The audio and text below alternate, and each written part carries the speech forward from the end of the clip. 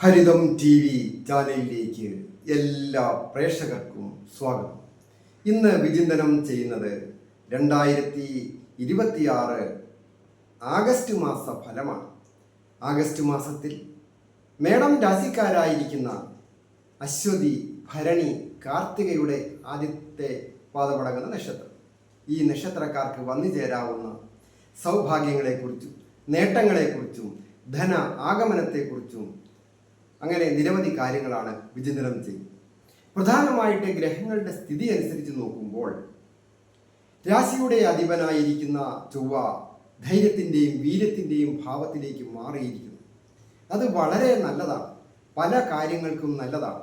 സ്വയം തീരുമാനമെടുക്കുവാനും പ്രവർത്തിച്ച് മുന്നേറുവാനും ഒക്കെ നല്ല ഉത്സാഹവും ഉന്മേഷവും വർദ്ധിക്കുകയും തേജസ്സും ഓജസ്സും വർദ്ധിക്കുകയും കർമ്മരംഗത്ത് സജ്ജമാകുന്നതിന് ഉള്ള മനോബലം ലഭിക്കുന്നതിനും ശാരീരികമായ ആരോഗ്യം ലഭിക്കുക, ഏതെങ്കിലും തരത്തിലൊക്കെ അലസതയും അതുപോലെ തന്നെ ഉപേക്ഷ വിചാരിക്കുകയും ഒക്കെ ചെയ്തിട്ടുണ്ടെങ്കിൽ അതൊക്കെ മാറി ഉത്തരവാദിത്വ ബോധത്തോടുകൂടി പ്രവർത്തിച്ചാൽ വിജയിക്കുവാൻ ഏറ്റവും നല്ല സമയമാണ്. അങ്ങനെ ഉത്തരവാദിത്വ ബോധം വർദ്ധിക്കുന്ന ഒരു സമയമാണ്. അത് വിദ്യാർത്ഥികൾക്കായ വിജയങ്ങൾ നൽകും. അതുപോലെ തന്നെയാണ് തൊഴിൽ രംഗം. ഏത് തൊഴിൽ ചെയ്യുന്നവർക്കായാലും അവരവരുടെ തൊഴിൽ മേഖലയിൽ ഒരു കഴിവ് തെളിയിക്കുവാൻ അവസരം കിട്ടുക, അതുമൂലം മേലധികാരികളിൽ നിന്ന് ചില അംഗീകാരങ്ങൾ ലഭിക്കുക, സഹപ്രവർത്തകരുടെ സഹകരണം ഉണ്ടാകുക, മറ്റുള്ളവർക്ക് കൂടി ചില സഹായങ്ങളൊക്കെ ചെയ്യുമ്പോൾ കൂടുതൽ സഹകരണങ്ങൾ വർദ്ധിക്കുമല്ലോ.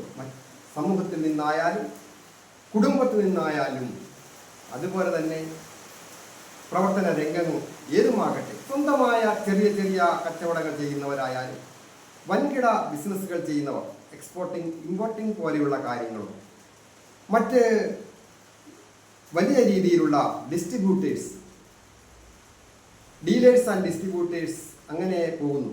ചെറിയ ചെറിയ സൂപ്പർ മാർക്കറ്റ് നടത്തുന്നവർ മുതൽ വലിയ വലിയ ഉൽപ്പാദിത രംഗവുമായി ബന്ധപ്പെട്ട കാര്യങ്ങൾ ചെയ്യുന്നവർക്കും ഒക്കെ അത് അനുകൂലമാണ്. മെഡിക്കൽ രംഗവുമായി ബന്ധപ്പെട്ട ജോലികളൊക്കെ ചെയ്യുന്നവർക്കും നല്ലതാണ്. അതുപോലെ തന്നെ കലാകാരന്മാരായിരിക്കുന്നവർക്കും വളരെ അനുകൂലമാണ്.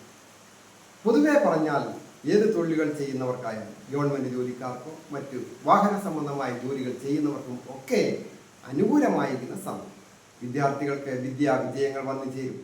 ദമ്പതികളായിട്ടുള്ളവർക്ക് ദാമ്പത്യ ഭാവത്തിൻ്റെ അധിപനായിരിക്കുന്ന ആ ശുക്രൻ്റെയൊക്കെ സ്ഥിതി വെച്ച് നോക്കുമ്പോൾ പൊതുവെ നന്നായിരിക്കുന്ന ഒരു സമയമാണ്. പ്രത്യേകിച്ച് ദൈവാധീനം ഉള്ള സമയമാണല്ലോ.